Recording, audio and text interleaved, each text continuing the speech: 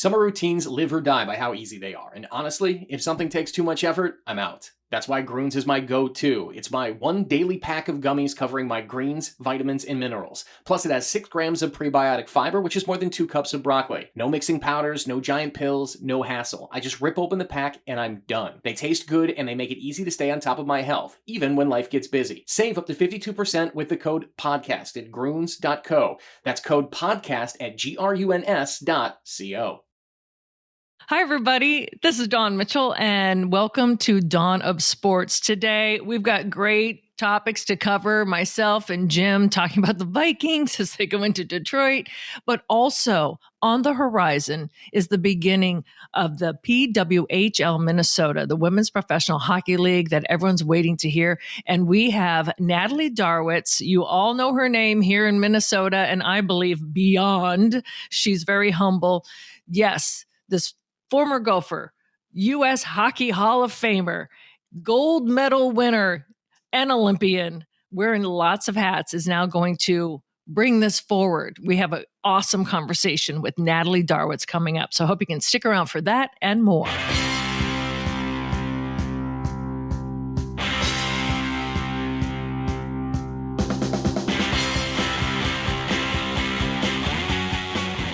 Yes, we'll talk about the Vikings on Dawn of Sports today with Don Mitchell from Fox 9. We also have a great interview with Natalie Darwitz coming up. Now the general manager of the local PWHL team. We'll talk about the inaugural games coming up, first home games. And of course, one of the reasons we're doing this show, one of the many reasons we're doing this show, is we want to promote strong women. Natalie, of course, qualifies there, and we really hope her new team is going to be a success. You can help make that happen. Dawn of Sports is sponsored by Rudy Luther Toyota and All Energy Solar, allenergysolar.com. All right, Dawn, what do you want to talk about when it comes to the Vikings here as they limp toward the finish line?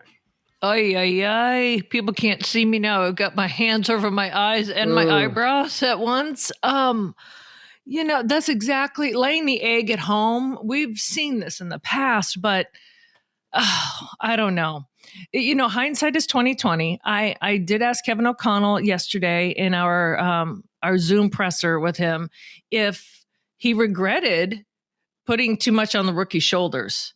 And of course he didn't say no, but you have to wonder, Jim, if somewhere in the recesses of his mind, because he was an NFL quarterback himself, you can have a guy seem confident at practice. He can do all the right things at practice, but to firmly put him in that situation, part of me feels bad for Jaren Hall, but also a part of me would be like, well, professionally, Don, if he went out there and lit it up, you wouldn't have felt bad. Like, he embraced the moment. So I go back and forth on that. They're not announcing yet, probably within a day or so, they're going to announce. I have a feeling it could go either way between Jaren Hall and Nick Mullins, because, what is it, like 3%, less than 3% chance, Jim, they get in the playoffs? Yep. What would you do? What would you do if you were head coach? I don't want. So a week ago, I was saying I wanted to see Jaren Hall. Now I do not want to see Jaren Hall. I think it's between Mullins and Dobbs, and I think they had already determined that they like Mullins more than Dobbs. I think they're going to go back to Mullins and hope he can be productive without the terrible interceptions. Because the difference between Mullins and Dobbs at the end and Hall on Sunday was Mullins did move the team. He moved the team. Yeah. The offense did function. The offense did gain a lot of yardage while he's at quarterback. Mm-hmm. Just the turnovers are so bad. People like me was like, I can't watch that anymore. But he's better than Hall. And here's what I don't get is Jaren Hall comes in mid-season for a team desperately in need of quarterback play against a good, what was at that point was a pretty good contending Atlanta team and Atlanta defense on the road, and he played really well until he got hurt. And we didn't see anything like that on Sunday. He never, in that brief appearance in Atlanta, he was pretty flawless. And he didn't look like he knew how to take a snap from center on Sunday. And I don't know what happened. And I talked about this with John Krasinski on the Viking Update show.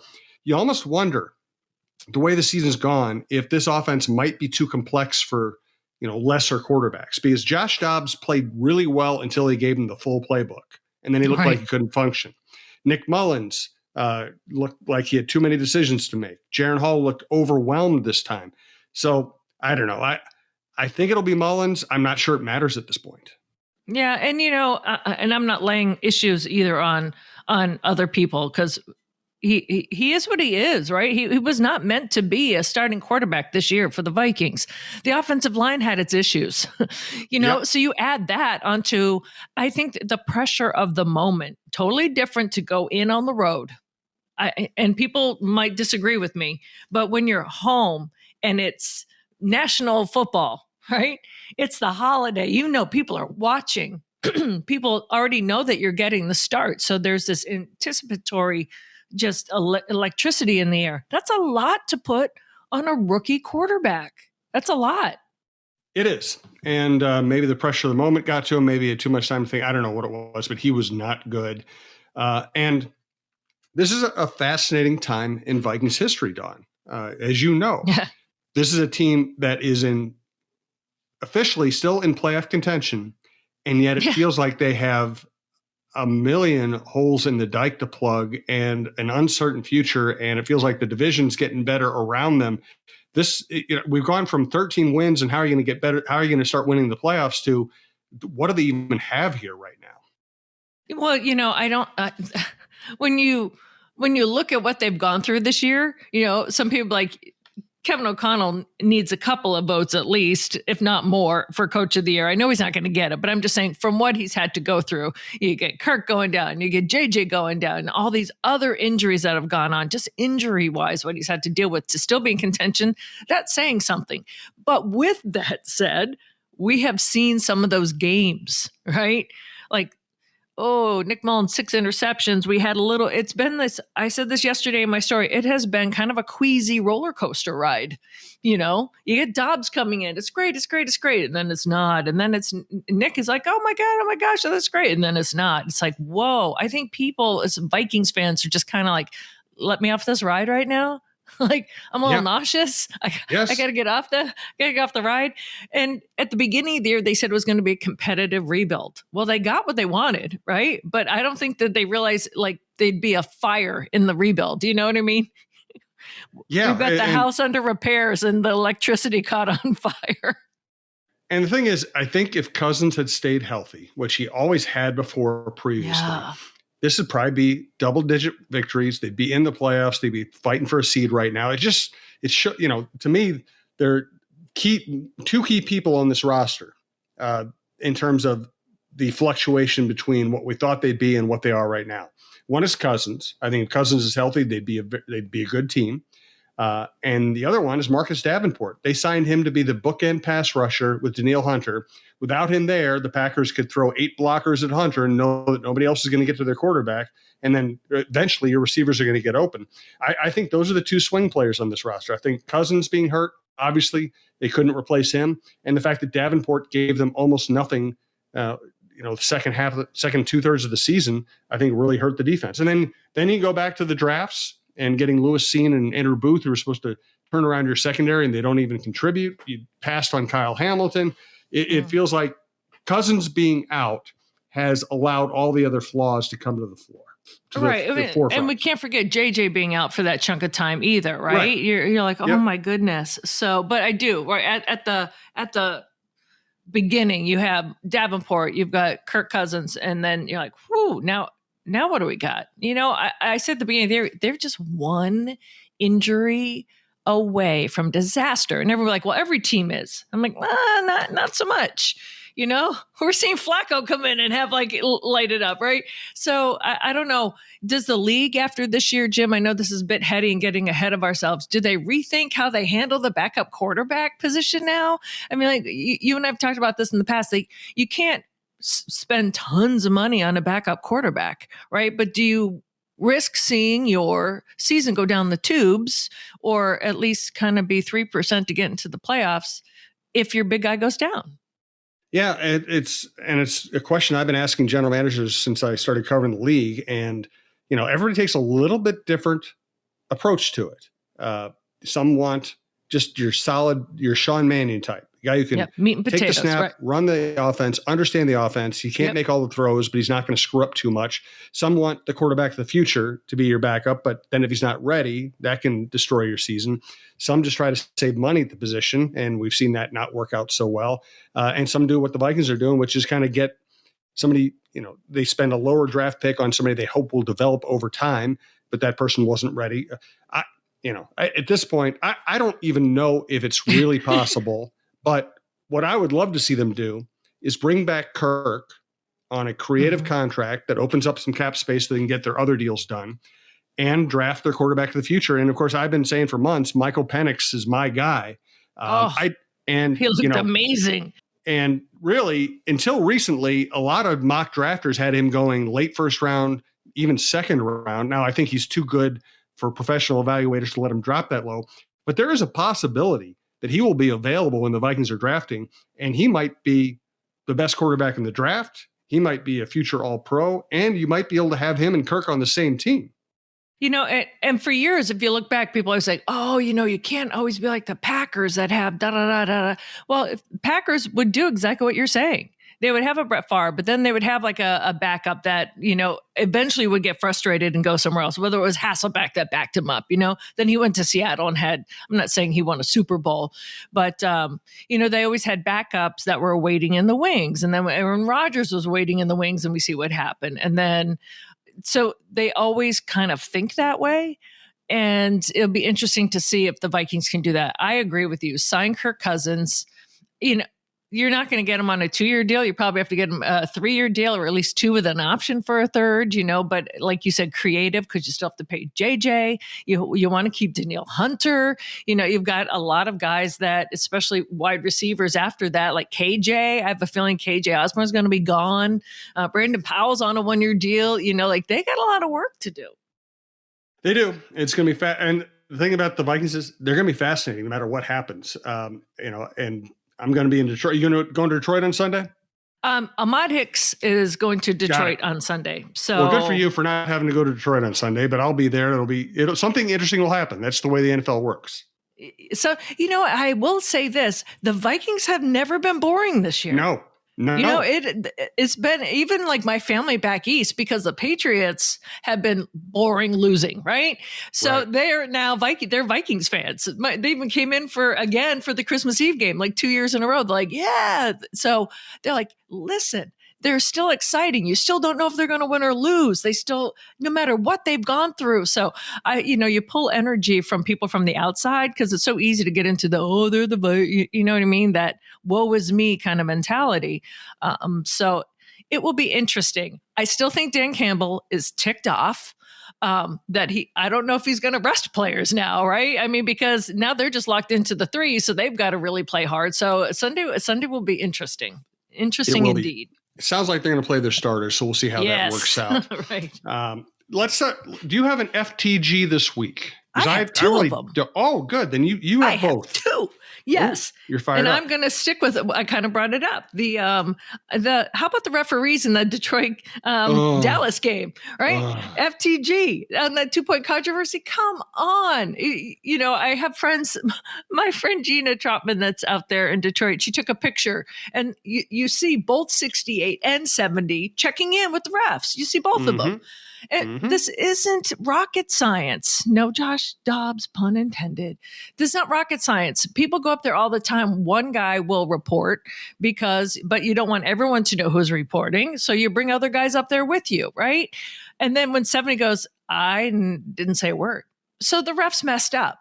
But then they just kept doubling down on that. So FTG on that. My second one is FTG to Brendan Dillon of the Winnipeg Jets, who I don't want to go as far as saying he's a dirty player, but he's injured a lot of wild players in his day. Let's just put it that way. And Kirill Kaprizov now, he is out. He's week to week with a upper body injury, which you can't tell me it did not come from those cross checks that were not called, to whether it was the ribs, the back, or since his upper body is kind of in between. So he's week to week, so FTG to him. That's what I say.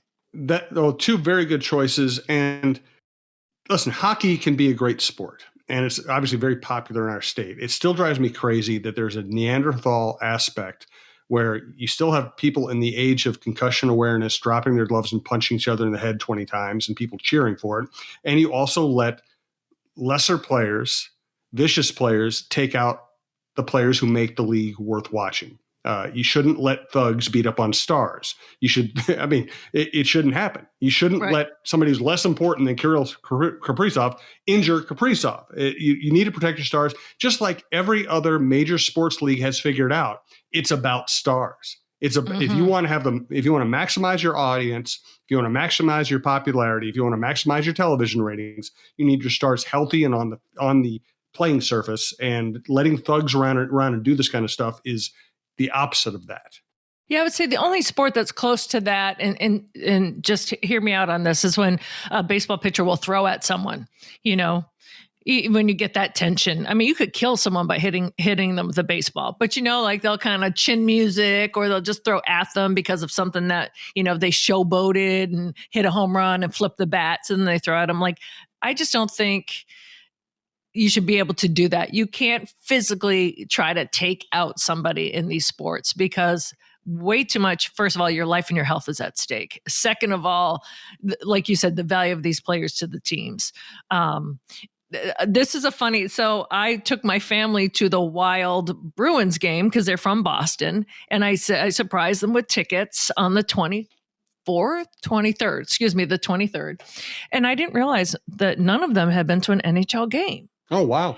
Right. I was like, I thought for sure, at least my brother Dave had been. So my nephew Owen is 12 and he's funny as all get out. So it was right when early on they dropped the gloves and they started fighting in that game as well. And he just looks at me, and in his school, they have like this group called the Trailblazers, they're just like student people, leaders, like trailblazers. Let's get lined up for lunch. So at one point he just leans in, he goes, Dawn, Auntie Dawn, this is the portion where if I were at school, they'd be like, trailblazers, look away, look over here, look at da. And I just started laughing because it's kind of like, okay, so we're here for an NHL game and all of a sudden there's a fight, trailblazers, look away. And I started thinking, yeah, you're right. Like these young kids growing up, like why is this in it? But I can also see, and I have to say, the little girl in me still loves it when a guy like Middleton sticks up for a teammate like Kirill that gets nailed. So I have this love-hate relationship. Like I shouldn't be cheering, yeah, but I still am. So I just think, Trailblazers, look away. So, all right, let's get to women's sports. Yes. We were talking here on Tuesday. First of all, again, great interview with Natalie Darwitz coming up. Please stick around for that. Please support the local NWHL franchise, which is going to be really fun to watch develop. In terms of women's sports, though, Gopher basketball, Wednesday night at home. Against Maryland. Brenda Freeze coming back. Brenda, this isn't one of her great teams, but she's a great coach. She's had a great run at Maryland. She obviously did great work when she was at Minnesota. This is a really cool game to keep an eye on. It is, and especially so coming off that loss to Iowa where, again, I was torn. I love watching Caitlin Clark play, and she lit them up, but it was hard to see the Gophers go down in flames that way. But I'm hoping, like you can learn from the fire, right? So I'm like, okay, they got knocked down by Iowa, who's at number 4 in the country. So get back up on the map. What can you do against Maryland? So I'm with you, Jim. I'm really looking forward to that. And not only for, the Mara Bronze, the Amaya Battles, but just so many of these other players that are starting to now come into their own. That's been really interesting for me to see. So I'm really looking forward to that. Yep. And, playing at Iowa this year probably was almost a guaranteed loss. Maryland should be a fair fight, and this should be fun. Yes. And if they can win this kind of game, they're going to be setting themselves up for some contention for NCAA. So keep an eye on that. In terms of our Minnesota Aurora moment, want to let you know they have another tryout coming up. Tryout and pop-up shop, January 7th, 8 to 10 a.m., National Sports Center in Blaine, Minnesota. The Aurora continues to be one of the great stories in the country. And if you want to play for them, if you want to go buy some gear, if you just want to be a part of their scene, if you want to go meet the key people, go to Blaine National Sports Center, January 7th, 8 to 10 a.m. for a tryout and pop-up shop. Anything else you want to add or get to before we talk to Natalie? Well, I think it's kind of interesting. So I know we do almost like a daily, Andrea Yock kind of update as well. But, being one of the founding mothers of the Aurora, well, right now she's in the Arctic Circle and was in search of seeing the Northern Lights, which is technically an aurora. And she did. She just posted the pictures. So it was like full circle moment. Now she's witnessed them, like she's created them here. Now she's witnessed them for real. So I just think that's a good sign of more great things to come for that team. Before we get to our guests, do want to thank Rudy Luther Toyota. Ready for a women-forward car dealership? Rudy Luther Toyota empowers their many women on staff in sales, management, and service. Whether you are looking for a new Toyota or pre-owned vehicle, Rudy Luther Toyota has something for everyone. Every vehicle comes with a Luther Advantage. 10 cents off fuel and car wash discounts at holiday stations, Luther Advantage warranty, and 5-day return policy on pre-owned vehicles. Located just 5 minutes west of downtown Minneapolis, off 394 and General Mills Boulevard. And they're also hiring. Want to join the team but don't know where to start? Visit rudyluthertoyota.com today. Also want to let you know that all energy solar panel installations are done right and made easy thanks to more than 14 years of experience in Minnesota and beyond. Visit allenergysolar.com/coach for your free solar evaluation. And Dawn, why don't you preview your conversation with Natalie? Oh, I'm so excited for this. Natalie Darwitz has been one of my favorite people since I moved to Minnesota back in 2004. We all know what she's done on the ice, whether it's for the Gophers, whether it's coaching, whether it's Team USA. Well, now she's the general manager of the brand new Minnesota Professional Women's Hockey League team. So PWHL Minnesota, they dropped the puck on the season against Montreal tomorrow. So tomorrow, if you're just listening, that will be January 3rd, and their home opener is January 6th at XL Energy Center, and many tickets. They want to sell some more. They got about 3,000 sold. So this is a groundswell of support for this loaded roster team. And it was so exciting for me to talk to Natalie about being the GM, all the hats she wears, and how she's trying to push the needle for women in sports. Yes, Natalie's great. This is an excellent interview. Look forward to this. And you know what, Dawn, you and I, we have a certain amount of our time eaten up by the sheer popularity of the Vikings. We both spend a lot of time covering the Vikings during the year. It's one of my main assignments. It's one of your main assignments. And it's great. We love covering the Vikings. They're fascinating. They're a good organization to cover. But I also look forward to the offseason, kind of the February, March area where we get away from the Vikings a little bit and go do stories on, Gopher women's basketball and the PWHL and the Minnesota Aurora. So this will be great. I'm glad Natalie is a big part of this organization. Here's Dawn's conversation with Natalie Darwitz. Well, this week I'm very excited to get Natalie Darwitz on. You don't even have to explain who this woman is, but if you're from out of the country, maybe even out of the hemispheres of the world, Natalie Darwitz, one of the most all-time greats women's hockey player in the history of the universe. Former Gopher, as you know, U.S. Hockey Hall of Fame, former Hamlin head coach, and now she is the general manager, and I'm just cutting that bio short, the general manager for the PWHL Minnesota team, soon to have a name with the rest. Coming to you starting the 3rd. Natalie Darwitz, thank you for joining the podcast. We really appreciate it. How are you? Thanks for having me, and thanks for the intro. I would be safe to say maybe outside of Minnesota, people. That's not true. Yeah.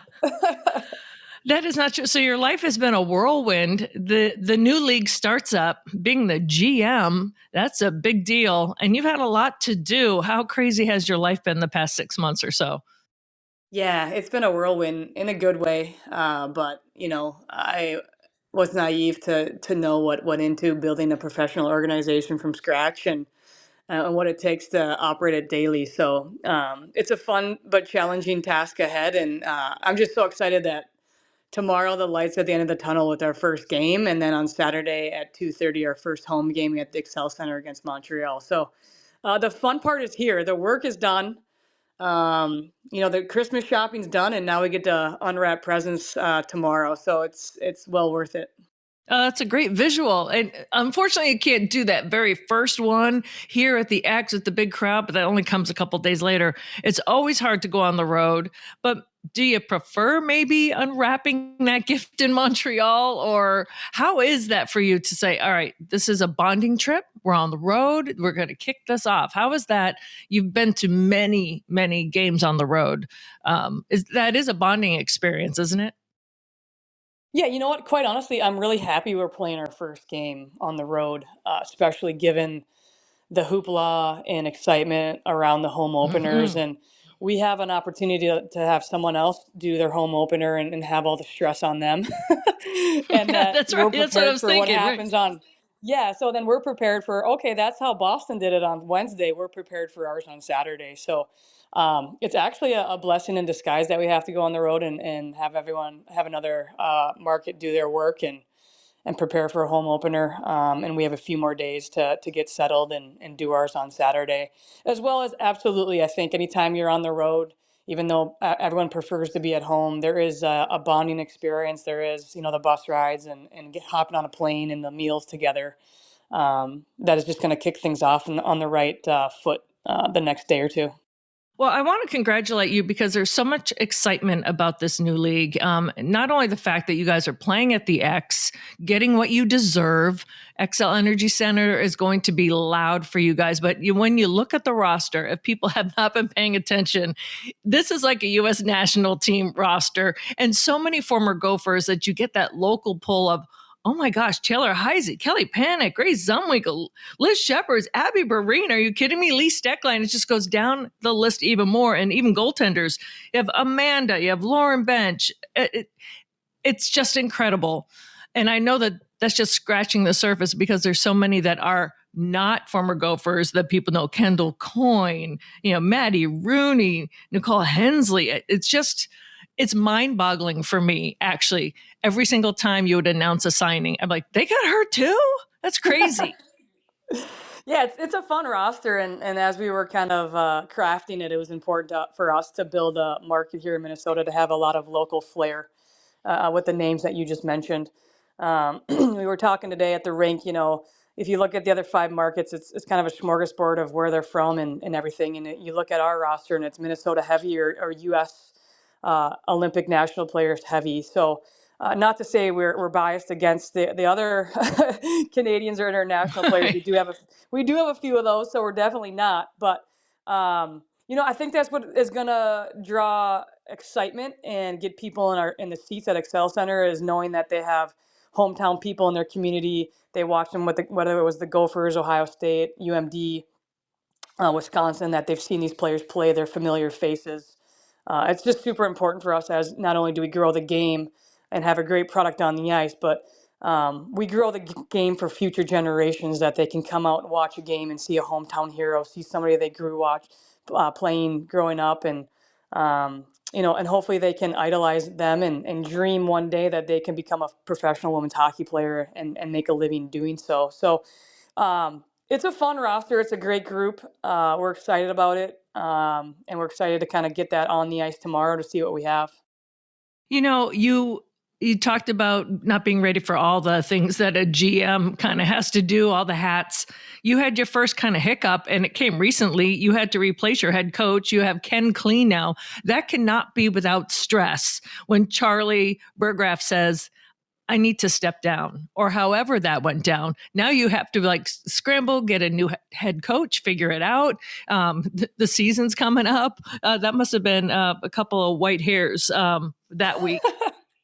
Crash course, and we're now a professional organization, right? And Right. That's kind of what we shared with the team.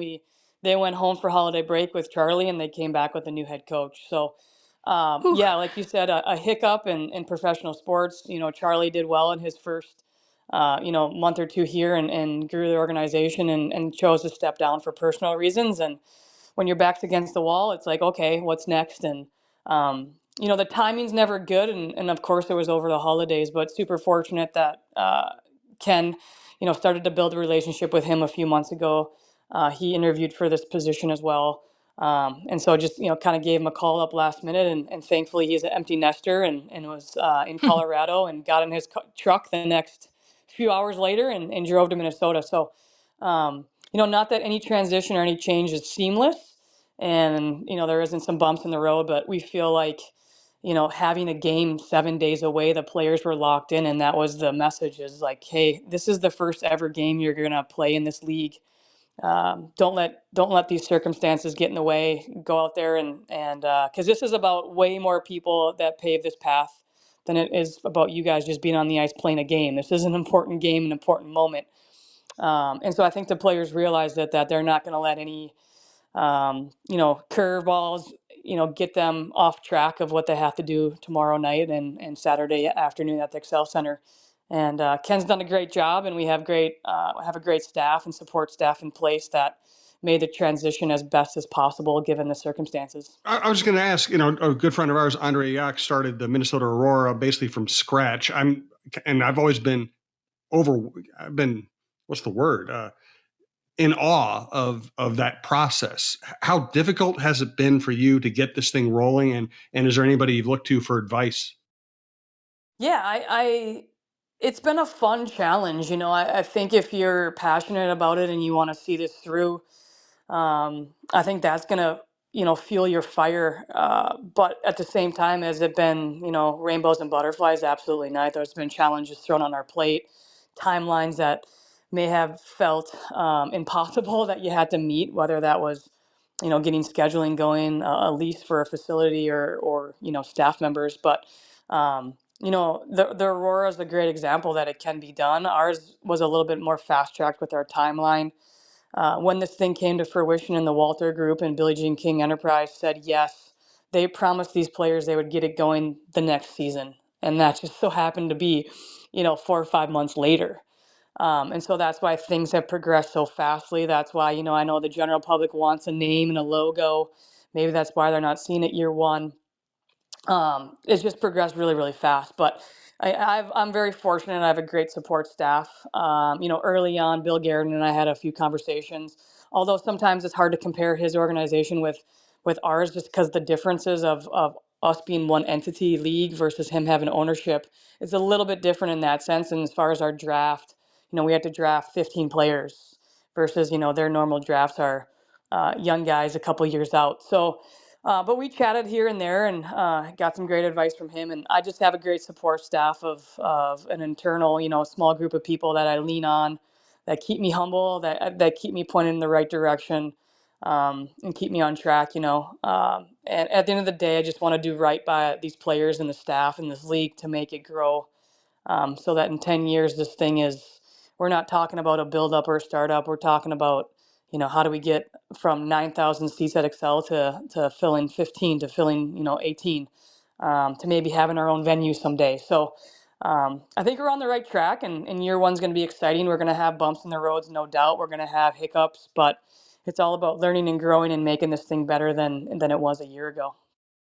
Natalie, when people look at your own personal resume and they just look down like Hockey Hall of Fame, you Team USA, 3 world golds, when they just see you and they say, wow, now she's the GM here, it opens a lot of doors. I think people forget the hard work that goes behind it. Like you can walk in with your big resume, but now you've got that next challenge. Was this perhaps the best personal challenge for you to undertake this job since you have left actually playing, or how has that gone for you? Yeah, I think so. I think, looking back at my past, I think everything, it sounds cliche and maybe a bit cheesy, but I think everything that has happened to me in the past, whether my playing career, coaching career, adversities, or whatever it may be, I think it put me in a good spot for this position, and made me ready for it. But, this is this is the most unique role I've ever had. Coaching's one thing. But this is way more many hats. It's a little bit more managerial as well. I love coaching. It's my wheelhouse. I've had to take a step aside from that to do this role. And I just felt at the end of the day, I would have a greater impact on women's hockey and women's sports if I was a GM than if I was just a coach.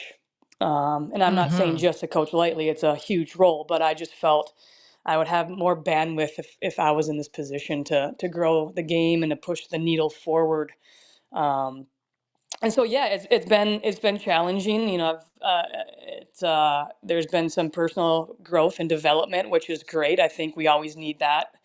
As uncomfortable sometimes as it is, it's going to make us better. But I've been out of my comfort zone in many scenarios in this role in the last 4 or 5 months. But I welcome it. It's great, and again, I have a great support system. I feel hockey's my wheelhouse. I know that really well.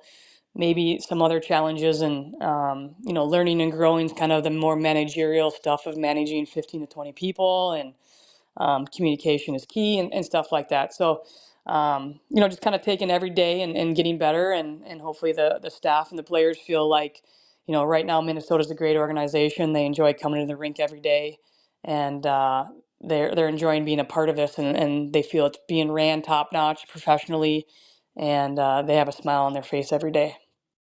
I'm glad you brought that up. When Jim and I first started talking about doing this podcast, you talk about moving the needle forward and making the most impact. And one of the goals of this podcast is to talk about the strong women, and also to, and not at the expense of men. And you have 2 boys.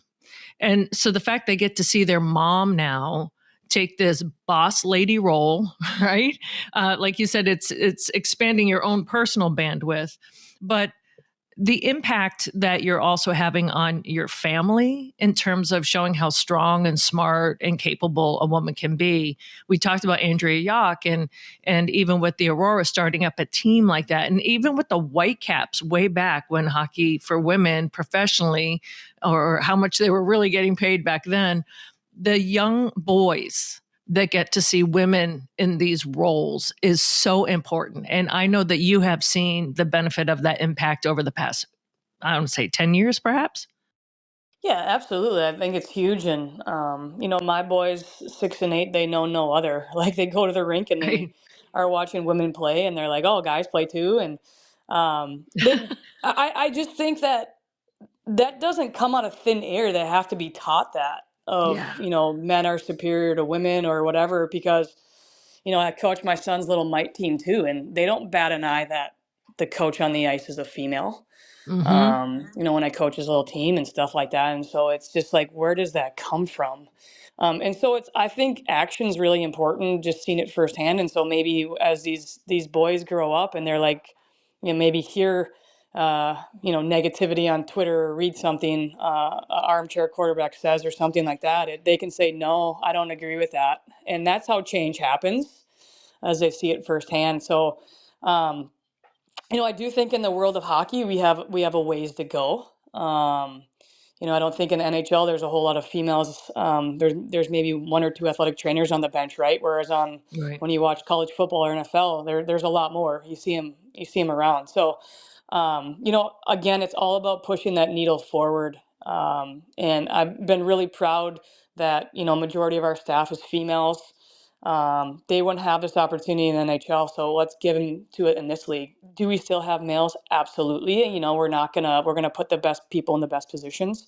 Right. But at the same time, we have to start making, the quintessential quote, room at the table, right? And now it's people do have seats at the table, and now it's like, move over, get her in too.